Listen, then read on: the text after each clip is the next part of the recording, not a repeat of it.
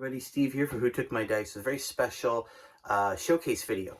So about a week and a bit ago, I was sent a wonderful little package from good friend Zak at Faith and Damnation, our hobby group there. It's a fantastic group to be part of. I'm one of the founding members. I was a mod on there for a while. Great, amazing group. We're actually in the middle of this slow grow sort of challenge. I don't know if that's the right word to use, which I'm actually falling a little bit behind. It's not good.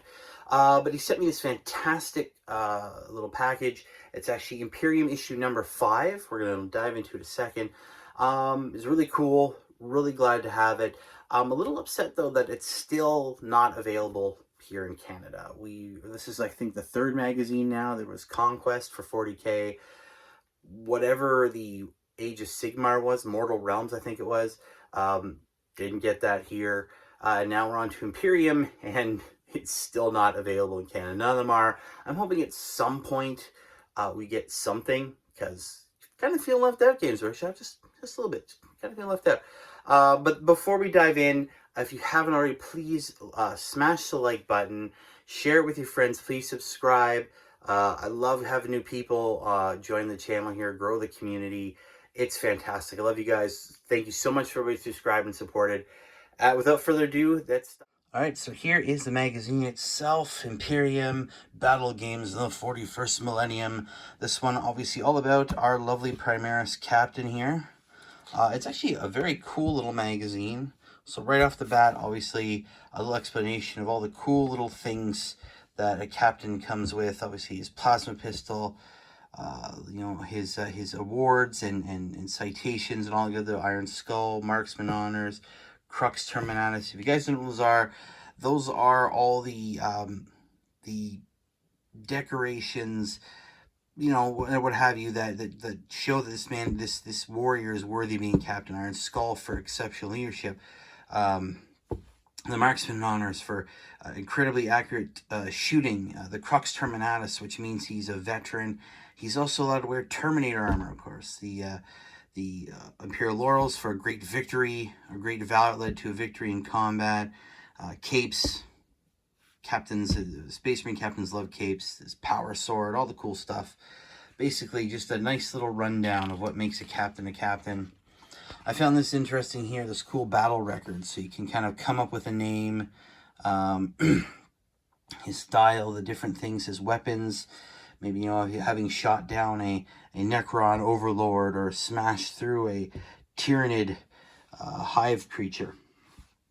Next, you move into Tools of War, a nice little rundown of the iconic weaponry, whether it be bolt rifles or the bolters here, all the way to things like the power swords and chain swords, power fists, all the important stuff that Space Marines take into battle. Now, obviously, this is issue 5, so I'm assuming that the war for Ramassus here is something that's gone on in earlier issues and probably continue on in later ones.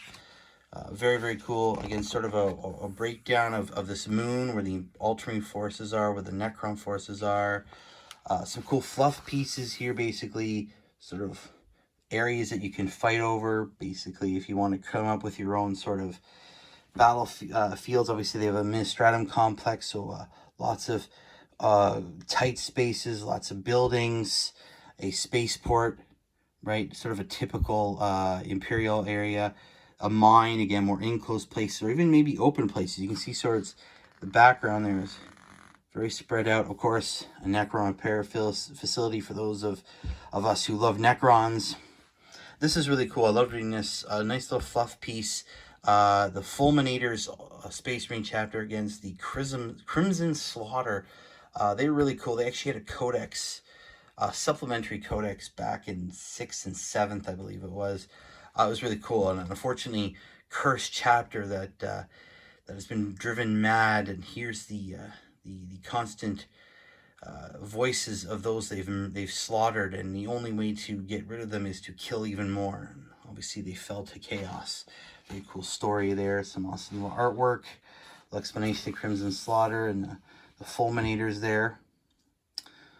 Obviously, that is a chapter that's completely comprised of Primaris Marines. And, of course, how to build our Primaris captain, all the steps there. how to start painting. Obviously, I believe the McCraig blue there is something that obviously came in an earlier edition of this magazine. I don't have it, obviously.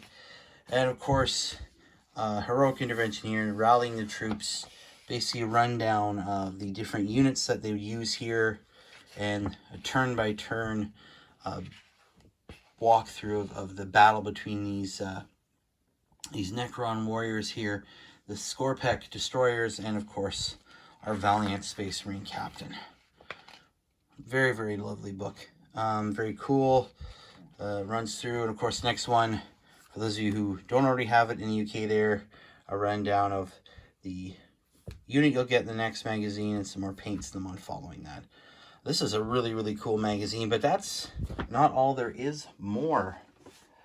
This, I'm assuming, came with it, these dynastic hierarchy, which is actually really quite apropos as I've started diving into my Necrons now. I've painted up the Royal Warden there. If you haven't seen it, please check it out. As he tries to halt the one orc wog of Warboss Skull Smasher.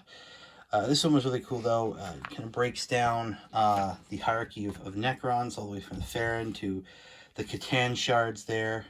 Kind of gives example Necrons at war with Eldrad Ulthway Eldrad there of Ulthway and his Black Guardians. I'm not sure what they're trying to do here, but with Catan shard and, you know, legions and legions of Necrons, and all the way to over here the Silent King. Yeah, they really don't stand much of a chance. This is, yeah, not cool. Not cool for them. And of course I'm hearing more about the Farron's legions, and obviously I love this cool old school picture here from Battlefleet Gothic back in the day. We don't see those very much anymore. It's cool to see one of their ships, and of course some fantastic artwork of the classic battle of the Eldari versus the Necrons, sort of the repeat of the War in Heaven from many, many, many millennia ago. Very cool.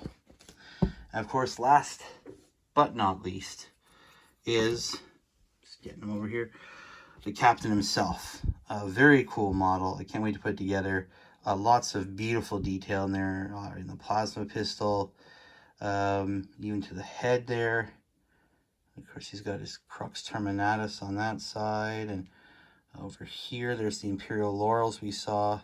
Lots of purity seals, the Mastercrafted Power Sword.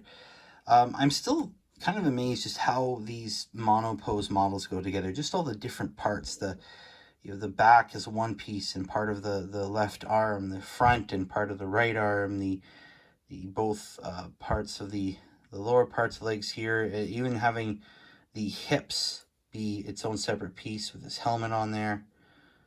It's fantastic. I love these models. I can't wait to put them together, paint it up. Yeah, so this was, again, we'll just flip this over here, Imperium Book 5. Just fantastic to get in the mail. Guys, Imperium book number 5, or magazine number 5. A big thank you to Zach for sending it to me. I really do appreciate that. It's great to get these cool things that, unfortunately, as I said before, don't always arrive in Canada. It's a fantastic model. Can't wait to put it together, get it all painted up. Not sure which company I'm going to add them to. I might just do the standard gold on the trim. Who knows? It's cool to have a Primaris captain, though. Finally, I have a bunch of other Primaris, but not a Primaris captain. So I'll leave it there, guys. Thank you very much, as always, for watching. I hope you enjoyed the video. And as always, I'll see you next time. Keep rolling those dice. Bye.